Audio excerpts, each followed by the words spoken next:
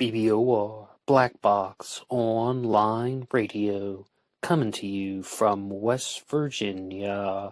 BlackBoxNed88 on Instagram for the bonus podcast. And just a quick reminder, every Monday is Zodiac Mondays. Wednesday is an Ask Me Anything. That's an AMA, so please drop your questions below for things that you would like discussed here on the show. And Friday is an Anything Goes. Any subject is fair game, mostly talking about true crime, serial killers, the Zodiac Killer, but any subject is welcome. All right, so please share some ideas in the comment section about what you would like to hear about on this channel, and let's get started. Okay, hello everybody. It is the weekend now, but on the weekends I've been doing the AMAs, the Ask Me Anything, where I respond to your questions and comments. We go through the material together and have a discussion. Normally these things were coming out on Wednesdays, but because of some time constraints, I'm putting them out on the weekend. Anyway, welcome to the show. You guys were leaving a lot of excellent comments, and I do really appreciate everyone who watched last week's weekend episode about Jack Torrance. Sometimes I'm going to be doing the AMAs. Sometimes I'm going to be doing the Zodiac Killer Debunked series. A lot of great comments came in on that one, and I appreciate everyone who responded. And as always, you can download this show for free at LaunchPad 1. There's a link to that in the description box. And a great way to support the channel, in addition to just listening to some content, is to go over to Amazon.com and have a look at the book Killer on a White Horse by me, Nid Dahan. It's a novel, murder mystery, inspired by the Zodiac Manson connection, but it is fictional. And there is always the Teespring page. Feel free to have a look at some of the merchandise, and remember, being weird is not a crime. Now, back when I did that Halloween episode, I threw in an icebreaker question, and it was something that I heard on the show The Rational Male that was about, can you name a TV dad who is both a husband and father and not fitting into one of these three categories? The dumb dad, the beta male schlep. I really do think they said beta male schlump, but Colonel Reb pointed out it was probably beta male schlep, okay, the beta male schlep, or the borderline abuser. And the examples that they give, the dumb dad is like the Homer Simpsons or the Peter Griffin from Family Guy. And I brought up the point about how Anthony Anderson's character on Blackish is a good example of a beta male schlep, whatever that is. And but like the beta male father, where he's very emotional, gets his feelings hurt easily, and his wife does a lot of the traditionally masculine activities, and the borderline abuser, I think, speaks for itself. And the challenge question is, can you think of a character that is both a husband and a father, and also is outside of those three categories? Shaper Art responded to that challenge question by saying, Hank Hill does not fit into any of these stupid dad stereotypes, one of the best characters of all time. And I think that's an excellent response, because even if you're going to look at something like, is Hank Hill a borderline abuser, you have to say no. Is he low in trait openness and not accepting of certain differences? Yes, but could you really call that abuse? No, I don't think so. I think this is an excellent response by Shaper Art. Of course, responding to that challenge question, I was thinking about Ward Cleaver from Leave It to Beaver, but I'm almost certain that it was intended to talk about contemporary or characters from the last 30 years. And I have a new challenge question for you guys as an icebreaker this week, because I was just listening to the radio, and they were talking about creating a new music genre, or just having a new labeling system called Cry Baby Rock. No, not emo, not pop punk, not certain types of alternative, Cry Baby Rock. And my challenge question to you as an icebreaker is, what is one band that you think belongs in that new music genre label? Cry Baby Rock. You can post your responses down in the comments section down below. Okay, now I would like to go to a comment from NPC Porky about the Zodiac Killer that says you should do Gareth Penn for the debunking series next. I personally despise the guy for what he did to Michael O'Hare, but he is among the worst of the worst suspects around, or do one of that guy whose daughter claims he would bring her with him while committing the crimes. Now, the woman is named Deborah Perez, And is she really worthy of a debunking episode? I mean, I think she goes into the category of someone who is a 100% fraud. Now, what's her exact motivation? I'm not sure. Is she a huckster, grifter? This is the woman who also claimed that she was the illegitimate daughter of John F. Kennedy, and she said that her father was the Zodiac killer, and he would drive her to the crime scenes, and she would hear the gunshots when he's committing the crimes at Lake Herman Road and Blue Rock Springs. Is that really worthy of a debunking series? I know I'm going to sound dismissive, but she is a 100% fraud. She's not telling the truth. Maybe in her own mind, she is so deranged that she actually believes that it is happening. And that really is a mystery in itself. And I'm sure you guys have thought about this, looking at the Zodiac Killer and other true crime mysteries that we explore on this channel. And you're thinking, is this person telling the truth or not? And even if they're not telling the truth, well, what's going on? Are they crazy? Or are they just really bad at their research? Or do they have some type of theory that they want to explore? Is there something that they're genuinely believing that they're trying to figure out and they're just connecting the dots in the wrong place? Because at the end of the day, there is a definitive answer about who was the Zodiac killer, why were these crimes committed, are there credible solutions to the Z13 and the Z32 ciphers? And to respond to that final point, I think there are absolutely credible solutions to the Z13 and Z32 ciphers. We just haven't found them yet. Maybe it'll be until the end of time before people solve the Z32. Then they say that the fewer symbols it becomes more difficult, but with the Z32 cipher, there are only 3 characters that repeat. Just from memory, I think it's C, O, and the delta sign. I thought that there was a very high chance that those things were hoaxes for a long time. That, okay, the first one was a simple substitution cipher solved by Donald Hardin and Betty Hardin. They're not the Zodiacs, I assure you. Well, to the best of my knowledge, I don't believe they are. Anything's possible. But then I thought the 340 was a dud, it was a fake, it was a hoax, it was a red herring. There's no real meaning, that's why nobody can solve it. Hey, it turns out there is a solution to it. So, that gives us some room to explore the Zodiac Killer mystery in a new way, and almost certainly, if the 340 has a solution, the Z32 and the Z13 most likely have real solutions as well. It's just they're very difficult to solve. The fewer amount of symbols in a cipher, the more difficult it is to crack. Richard Grinnell did post something on ZodiacCiphers.com talking about a possible solution to the Z32, and again, just off the top of my head, what did he say? Concerns radians and 5 inches along the radians. Richard can correct me if I misspoke that, and I'll double check that at the end of the episode. I really should have double checked that before the episode, but I didn't know I was going to be talking about that particular thing just right now. Just came to mind as we speak. About the ciphers, though, there's something very interesting in the most recent conversation I had on the Zodiac Killer Interviews with the Experts series on the Zodiac Killer channel. I'm also the host of that program, and I was talking to Ann Penn, who is the author of What If, so Golden State Killer Zodiac Solved, and she's exploring her suspect, Joseph D'Angelo. She believes that the Golden State Killer and the Zodiac are one and the same, and I'm going to be 100% honest with you. I do not agree with that. However, my biggest takeaways from that interview were that, number one, she believes that many of the unconfirmed crimes were actually committed by the Zodiac Killer. The 1962 murder of Ray Davis, the 1963 murder of Vern Smith, as well as Robert Domingo's Linda Edwards, the Swindle murders, but not the murder of Sherry Jo Bates. And I think she's the first person I've talked to or read about that is very adamant that the Zodiac committed all of those unconfirmed crimes, from Ray Davis to the Swindles. And yes, indeed, that the Zodiac is Sandy, the person who murdered Vern Smith on June 3rd of 1963, and then went on to murder Robert Domingos and Linda Edwards. And there's an enormous debate about that in the true crime world.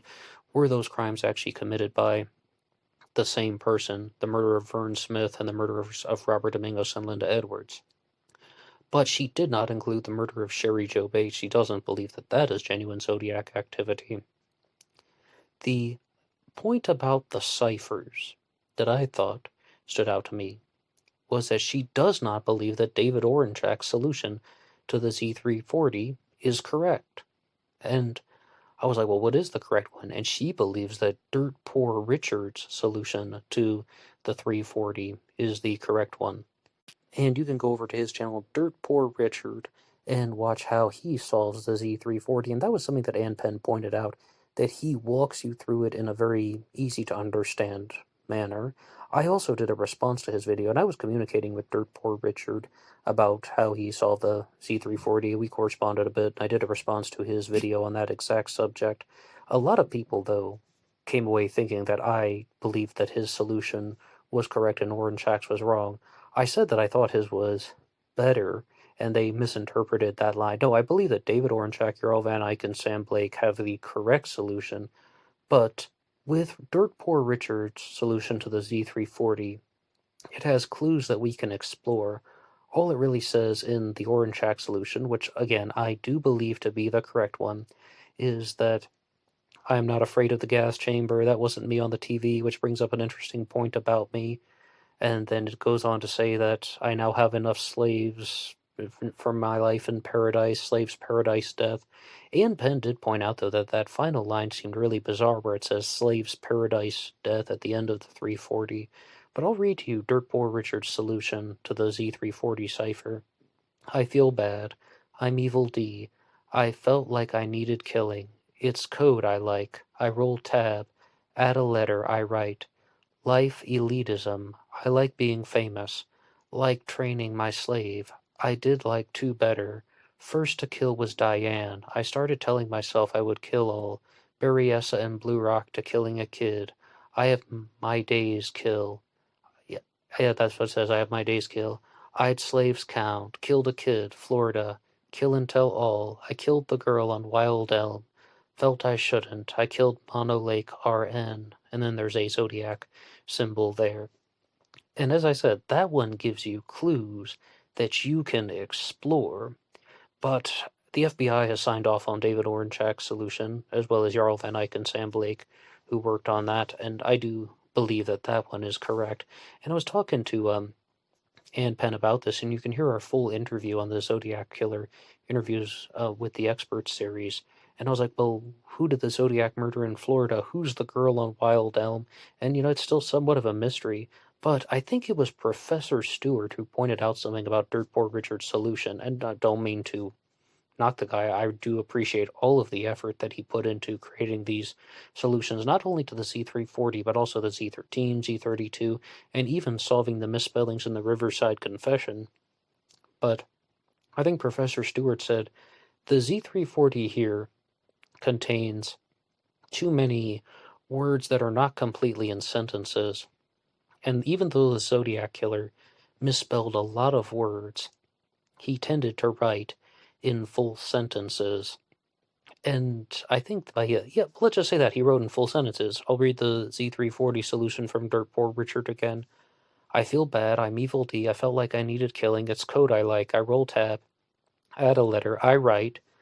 Life elitism. That's just two words standing alone. I like being famous. Like training my slave. Incomplete sentence. I did like two better. First to kill was Diane. I started telling myself I would kill all. Berryessa and Blue Rock to killing a kid. Lots of sentence fragments. I have my days kill. I guess incorrect grammar there. I'd made slaves count. Killed a kid. Florida. All kinds of disconnection there. So, and it goes on for a little bit, but I can definitely understand where somebody like Professor Stewart was coming from. I mean, and as I said, the FBI has signed off, so perhaps David Orenchak, Earl Van Eyck, and Sam Blake did get the correct solution, and I know some people want to keep the mystery going, and people are going to have their doubts, and Blaine actually was someone who called out both Orenchak and Dirt Poor Richard, saying that neither one of them solved the 340 correctly, and he will reveal a new solution to the 340 cipher. Some people just cannot let the mystery rest, and so on. So, last Friday, for the Anything Goes segment, I did an episode which was in a completely different fashion. I asked you guys the question. It's called, Who is the best true crime YouTuber? And a lot of you guys said, BlackBoxOnlineRadio, you are all awesome. I mean, double awesome. But We had some responses to that one. First, Jennifer Wise says, Kendall Ray is so-so. In my opinion, she makes lots of mistakes.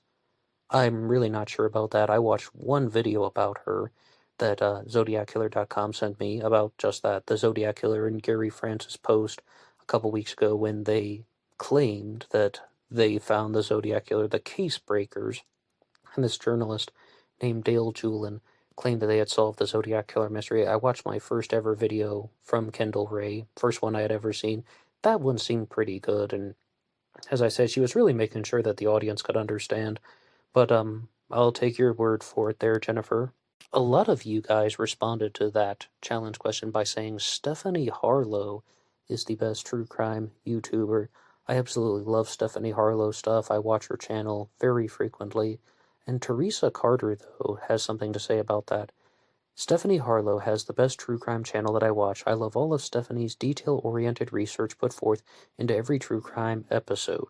She has one of the newest true crime channels, yet I always get additional information from her channel after watching every other true crime channel on YouTube regarding the same exact cases.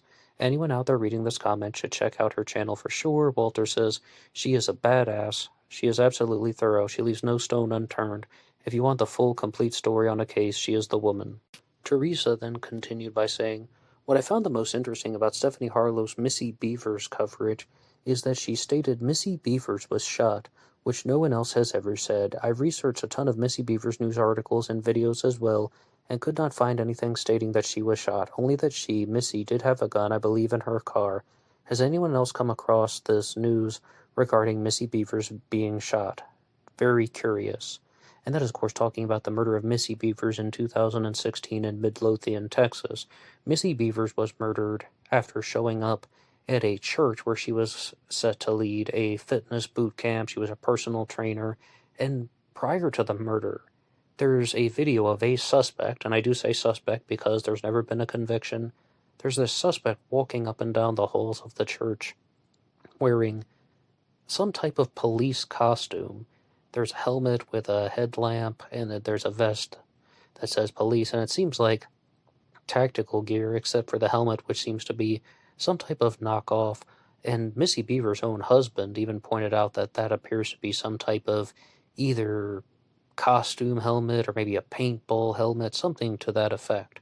So, has anyone ever pointed out the fact that Missy Beavers was murdered by a gunshot? I first learned about that from the comments section on YouTube. Somebody pointed out that it was in one of the case file documents, and then that case file document made its way onto the Lorden Arts channel. I've heard John Lorden talk about that. Now, Missy did have a gun, and it was in her truck because somebody else later on wrote a comment in on BlackBoxOnlineRadio saying Missy Beavers was murdered by a gunshot, and it was with her own concealed carry. And I just read off the comment in my 2020 update on the murder of Missy Beavers, and Tim Koval of Gumshoe Stories, who is perhaps the biggest authority on the internet, so said Stephanie Harlow actually, biggest authority on the internet about the murder of Missy Beavers, wrote into the channel just to, give his thanks for doing a Missy Beavers episode. And one point he wanted to clarify was, Missy Beavers was indeed murdered by a gunshot, but it was not from her gun. Her gun, her concealed carry, was in her truck at the time. So she was a gun owner, but that was not the gun that was used to kill her. And I think by now, in 2021, at the time of this recording, people are very much aware that Missy Beavers was murdered by a gunshot.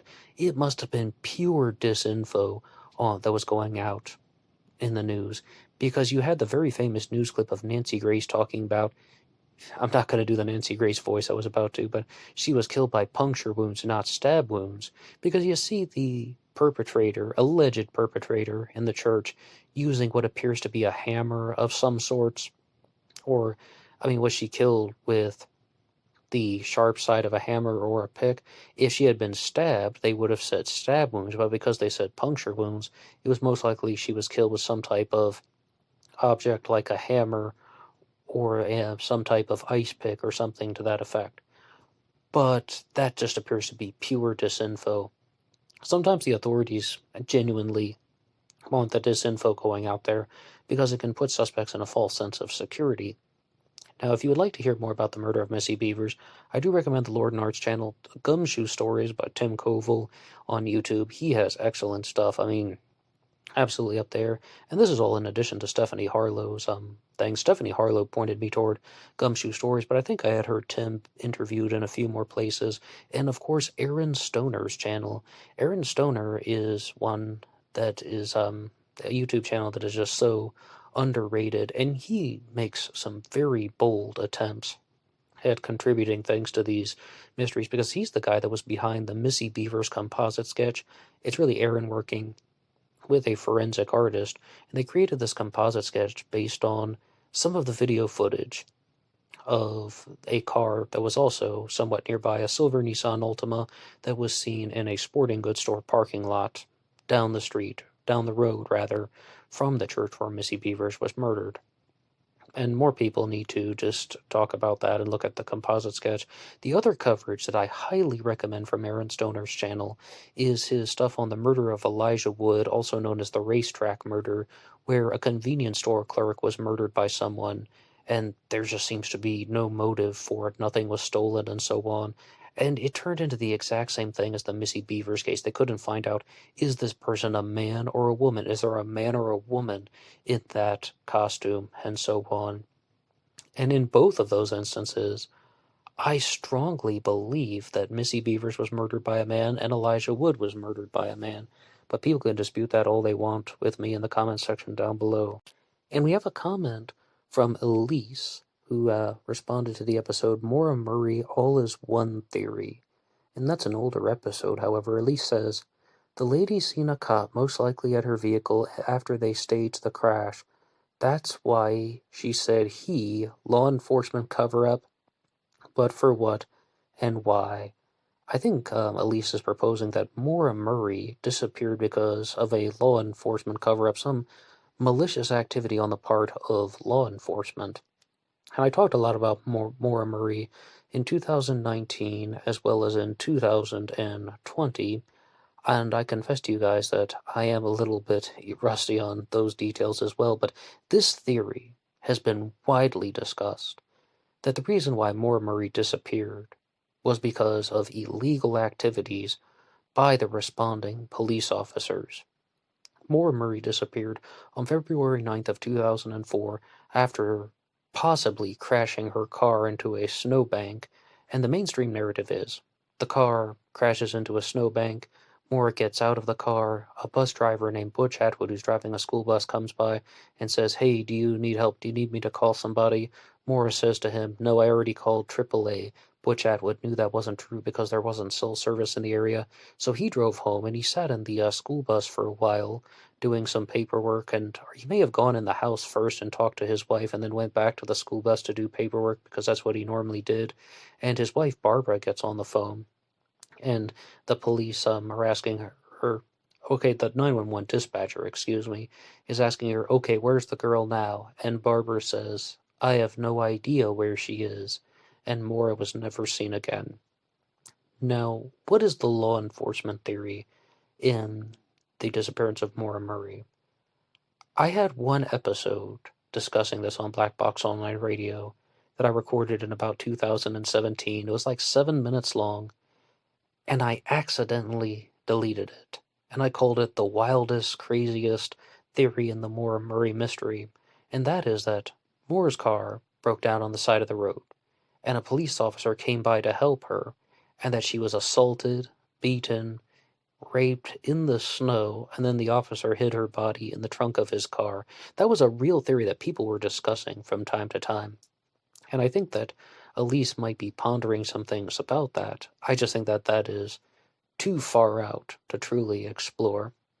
But here's something else, though, about the police cover-up theory, because this happens in a couple different ways. The first is that Maura was never in the town of Haverhill, New Hampshire, driving Route 112, going around that curve, that it wasn't even Maura Murray who was involved with the car crash. And multiple people have written in trying to persuade me that Maura Murray wasn't the driver, that that wasn't her behind the wheel, it was all staged. You heard Elise say that in the comment there. It was all staged, and law enforcement is responsible. There are two big problems with that. The first one is that the search dogs lost her scent 100 feet from the crash site, which means that there is evidence that she was in Haverhill, New Hampshire. That isn't, 100% certifiable proof. I mean, also Butch Atwood's witness sighting of Maura Murray. He has passed away, but there is evidence that Maura was in the state of New Hampshire. Now, did law enforcement crash her car? Did somebody else just pull Maura Murray's car over to the side of the road? You have the same problem with the tandem driver theory that was pushed by he who must not be named. The guy who wrote the True Crime Addict book, we don't say his name on this channel, but he wrote a book called True Crime Addict about this, and he was talking about the tandem driver theory that Maura Murray intentionally crashed the car and then she ran off to Canada.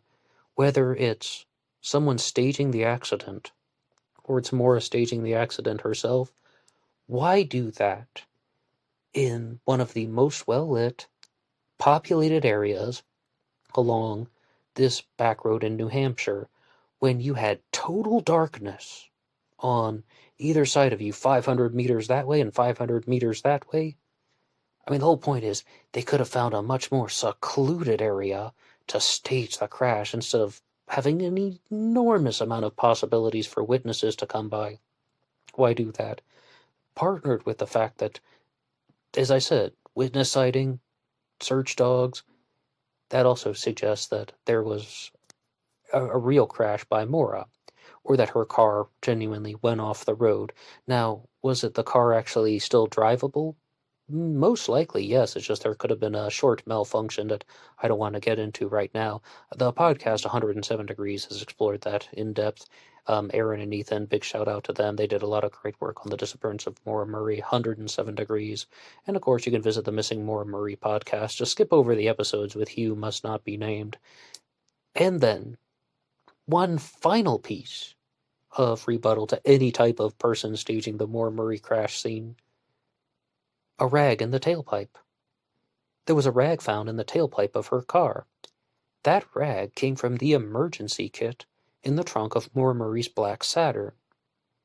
How would somebody have known to put that there? I mean, why is that there?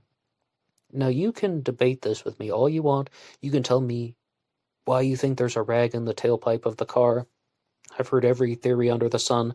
Some people think that it was genuinely there to help old rust bucket cars get a little bit more pressure in the system.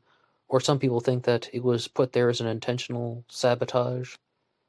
Or then, there is the other final possibility, which I do believe, and that is that Maura Murray's black Saturn had this problem where when the car was in park, smoke would continue to come out of the exhaust pipe.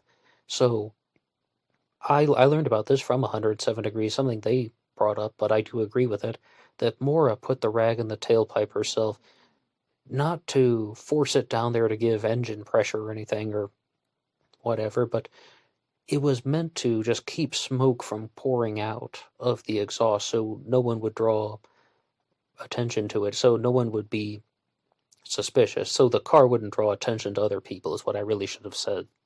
That's what I think that is. I don't think it's anything outrageous. I don't think it's a sabotage. And I don't see that type of behavior coming from someone who staged the accident. I see that coming from Maura Murray herself. Now, here is something that I find much more difficult to explain, and this comes from the researcher Guy Parody, when he stated that Maura Murray's car had the damage that was inconsistent with hitting a tree and inconsistent with crashing into a snowbank. The damage on her car came from going under a larger vehicle. Now, I said that this law enforcement cover-up takes many different theories. One theory is, did I say that? This theory takes many different theories? Excuse me. This theory takes many different forms. I could have also said this theory takes many different shapes, but no, this theory does not take many different theories. This theory takes many different shapes, forms, and theories. No, just kidding. This theory takes many different forms. And that is that Maura Murray was involved in a car accident with the bus driver, Butch Atwood, that either he gently backed up his car and hit her hood, or that she may have gone under his car at a very slow speed. Guy Parody said this came from a vehicle larger, like a vehicle that's higher off the ground, such as a truck perhaps, or maybe even a school bus, backing up and hitting Moore's car. Maybe she was parked illegally or something. And then Butch Atwood was on very good terms with a police officer named Cecil Smith, even to the point where it's rumored that they were drinking buddies, but any connection between the two of them was denied, or they just, like, even Butch Atwood's widow, Barbara, denies that happens, or she hasn't shared a lot about that. She's interviewed here on YouTube on Jason Haybert's channel. And that Butch Atwood was covering for some member of law enforcement who did just that. Abducted Maura and did something to her, ending her life. And that sounds like one of the more heinous and sinister ends to the mystery of what happened to Maura Murray. But can you see how people would put that narrative into fashion? First, Maura and Butch get into this small auto collision, and he says, "Hey, I know some people at the police department. We'll file the report, but nothing bad will happen to you." And they do that, and then they even decide to move the vehicle to a more suitable place so it's not blocking the traffic or something. And then that officer abducted Maura Murray, and that's where the event took place that ended her life. In that narrative, I can comprehend it. I can follow it. Not this whole thing about she was never in the town in New Hampshire at all. She was never in Haverhill. She was never driving Route 112. That stuff I can't comprehend, and if I can be 100% honest with you guys, I don't believe that it's accurate.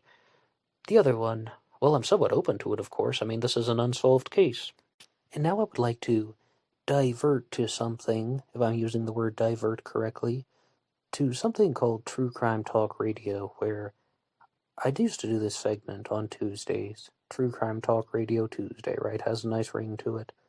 And it would be all about responding to content in the media in various ways, because with the AMAs, it's about responding to your questions and comments about these true crime cases, and any subject, really. I mean, ask me anything. Any subject is fair game if you want to talk about even things like TV shows.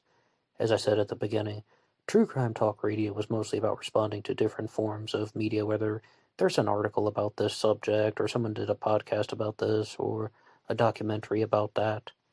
But I'm gonna blend it all in together because I just, I miss doing that. I really miss the 5-day-a-week format. Sometimes I used to do the show 7 days a week back when I was doing the debunking series on Saturday and Sunday. And then, Monday with Zodiac Mondays, True Crime Talk Radio, the AMAs, the disappearance of Donna Lass, and the Anything Goes segment on Friday. I absolutely love doing that. It's just there aren't enough hours in the day. I wish there were. So you're getting the abridged versions of Black Box Online Radio. One day I hope I could be like one of those people and just does the 3-hour show Monday through Friday. In the future, let's see. But I came across this news article that was posted on Facebook and from Odyssey.com, and it's actually run by the WFAN radio page, but they're sharing it through Odyssey.com. And it's talking about how did the Baltimore Orioles fake a power outage to preserve Cal Ripken's Iron Man streak? And this is mostly a true crime channel, and I assure you, this is true crime related. But when people think of the true crime world, I doubt they really think about fist fights, fraudulent behavior, assaults, and so on. But let's read this article here. Did a fistfight with Kevin Costner nearly cost Cal Ripken Jr. his record games played streak? Crazy as that sounds, the rumor's been out there for quite some time, while Cal Ripken and Kevin Costner have repeatedly denied it, dismissing their reported tiff as little more than tabloid fodder, and a number of baseball conspiracy theorists, particularly those with ties to the Orioles, would say otherwise. Baseball conspiracy theories. I love humanity. The story goes that on Friday, August 14th, 1997, Cal Ripken came home to find the 3-time Oscar nominee, whom he had befriended years earlier, in bed with his then-wife Kelly, prompting a physical altercation that left the all-star shortstop too beat up to play that Saturday night's game against the Mariners. Fearful of missing his first game since 1982, Cal Ripken, as the legend would have it,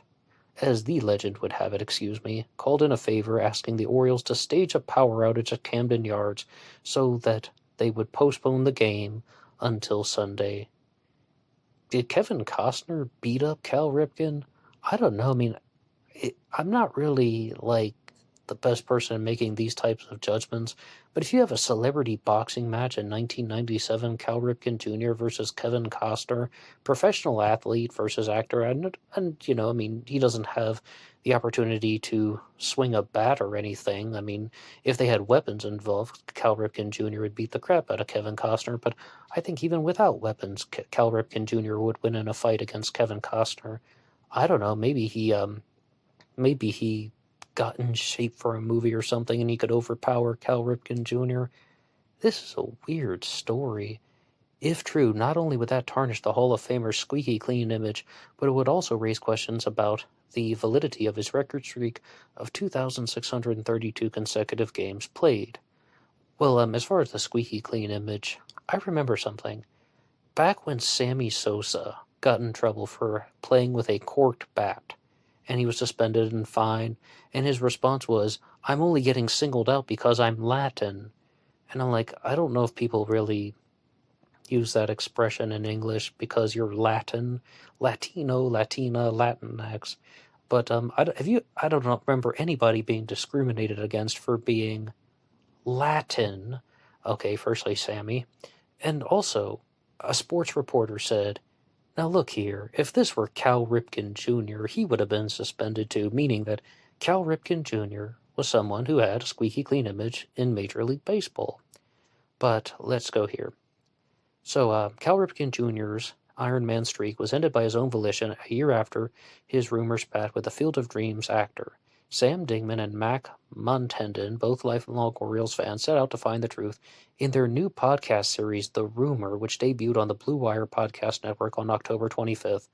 Dingman and Montendon began investigating the Ripken-Costner rumor over a year ago and will release their findings over 5 or 6 installments with new episodes dropping each Monday. If you're truly curious about that, you can listen to this podcast, The Rumor, and I'm in the category of I'm extremely curious. Would I listen to 6 podcast episodes, even if they're like 30 minutes apiece about it? Probably not, because, I absolutely love baseball conspiracy theories, even though I don't know too many of them. I would listen to a whole show on baseball conspiracy theories. We're talking about hour-long episodes. If it's only devoted to this one, or out of all the aspects of conspiracy theories of the true crime world, you're going to zone in on this. Did Kevin Costner beat up Cal Ripken Jr. and then he staged the power outage to preserve his Iron Man streak?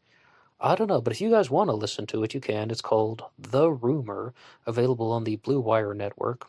I'm not saying anything other than what I've just said, but it's added to the soup of the mystique that exists around the world, Dingman said, who noted that Costner was often photographed with Cal Ripken, even taking ground balls with him before Orioles games on occasion. And Kevin Costner, of course, has done a couple of baseball films himself.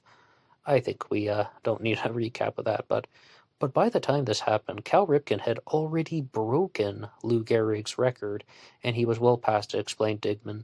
It really raises the interesting question, I think, because if you're an Orioles fan, the idea that an ego or sense of personal ambition would have anything to do with Cal Ripken's pursuit of the consecutive game streak didn't even enter your head. So, that's, I think, a big strike against this rumor that he staged a power outage to preserve the Iron Man streak if he had already broken Lou Gehrig's record. What was that, 2,131 games, and Cal Ripken had 2,132 and then went on to get 2,622, but 32, excuse me. Okay, I think you can get the idea. They're throwing a little bit of water on that rumor. However, I'm very curious. I don't know if I would sit through 6 episodes only on that. Why does it have to be only on that one rumor? If they just want to do sports rumors, oh yeah, sign me up. If it's 1 hour on this Cal Ripken, Kevin Costner story, and then next week they do something else about, did you ever hear the rumor about O.J. Simpson and that he, no, sorry, too much, too soon? Okay, moving away from dark humor into something that is much more optimistic. I found this article by a guy named Art Bell called A Dream Come True, and it's in the For Your Business section. And I was like, Art Bell, where do I know that name from? And this one, I assure you, is not true crime related, not true crime talk radio, not Ask Me Anything. This is just something that I wanted to share with you guys because at the end of the AMAs, I used to do a daily or weekly question about assertiveness because I would get them some things about narcissism and assertiveness sent to my Gmail account. And it was about psychology, more or less. Assertiveness and narcissism. Yeah, that's a real way to hook people in. No, but it was about psychology. And this one is about optimism. It's called A Dream Come True by Art Bell. The subtitle is Consistent Hustle and Networking Can Open Vocational Doors. Let's have a read.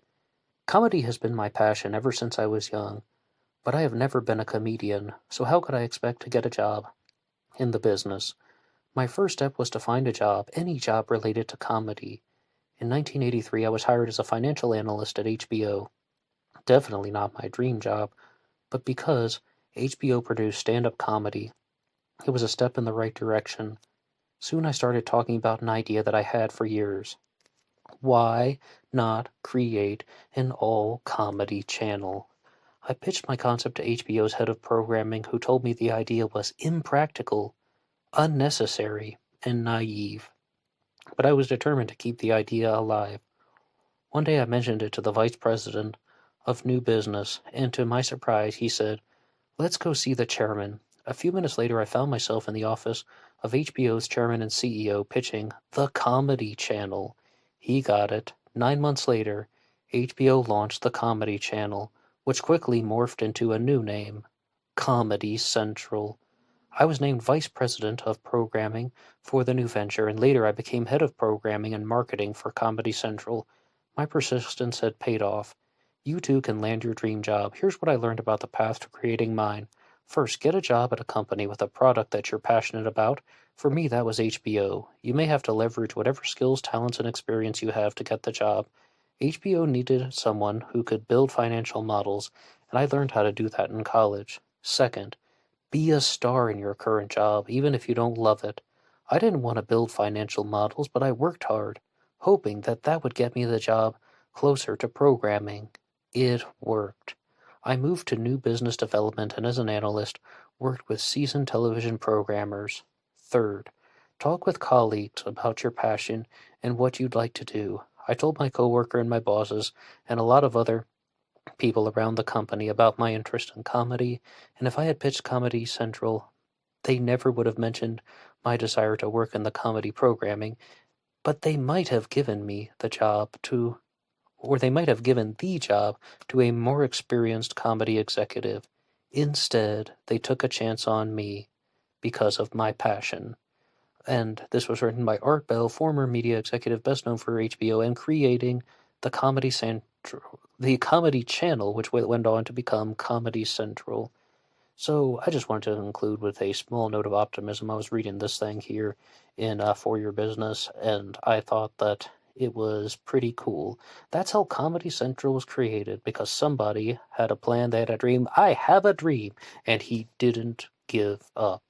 Okay, anybody can weigh into any of the topics that we've talked about in this episode.